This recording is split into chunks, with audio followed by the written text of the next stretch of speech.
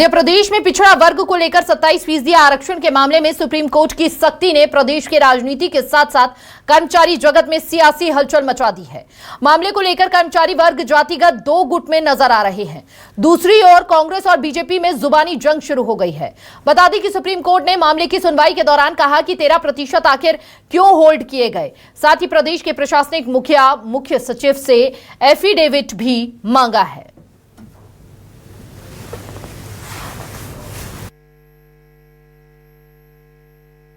देखिए, मध्य प्रदेश में 27% आरक्षण है। विधानसभा में कानून पास हो चुका है। आदरणीय कमलनाथ जी मुख्यमंत्री थे। ये कानून पास होने के बाद नोटिफिकेशन हो गया, लेकिन किसी वजह से लोगों ने गलत फहमियों में माननीय उच्च न्यायालय से स्टे करवा दिया। और स्टे में कहीं ऐसा नहीं लिखा था, किसी एक पर्टिकुलर डिपार्टमेंट का मामला था मेडिकल का, उसे पूरे में लागू कर दिया गया। तत्कालीन जो एडवोकेट जनरल थे भारतीय जनता पार्टी की मानसिकता के, उन्होंने गलत एडवाइज कर दी थी।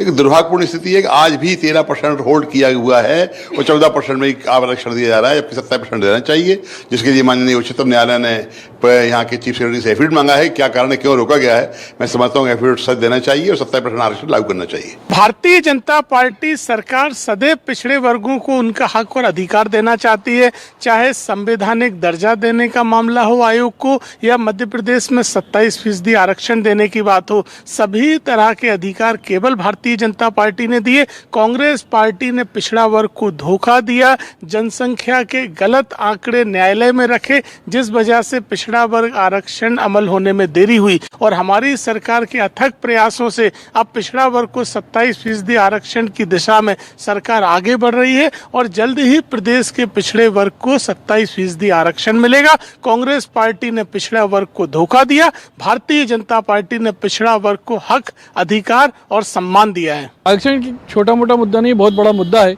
इस पर चाहिए कि मध्य प्रदेश सरकार को एक गंभीरता से विचार करते हुए जो ओबीसी आरक्षण है उसको सॉर्ट आउट करना चाहिए। उसके मामले का निराकरण करते हुए आरक्षण दिया गया है, लेकिन आबादी उस हिसाब से नहीं है। उनको आरक्षण दिया गया, हम उनका सम्मान करते हैं कि उनको भी आरक्षण दिया, कोई दिक्कत वाली बात नहीं है।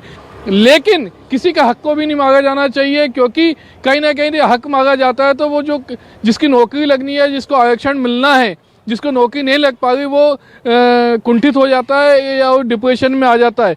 वो बहुत सारे बेरोजगार घूम रहे हैं।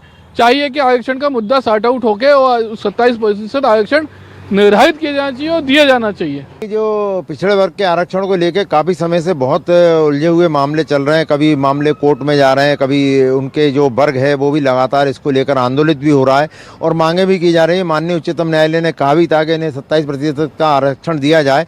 कर्मचारियों के मामलों में या जो भी आरक्षण के मामले हैं उसका लाभ नहीं मिल पा रहा। और अगर हम देखें जो पदोन्नति में भी है, इसमें भी आरक्षण की बात जो की जा रही है उसका कई जगह पर विरोध भी हो रहा है। तक आरक्षण का रोना रोते रहेंगे हम लोग। इस तरफ सरकार को ध्यान देने की जरूरत है, क्योंकि ये खाई बहुत गहरी होती जा रही है। देश में ही हम टुकड़े हो गए, जातिवाद पे टुकड़े, आरक्षण पे टुकड़े। कितने टुकड़े कराएंगे हम? जब हम कह रहे हैं हम कश्मीर से कन्याकुमारी तक भारत एक है, तो पूरे इंसान भी एक है और आरक्षण जैसा शब्द हर जगह खत्म होना चाहिए।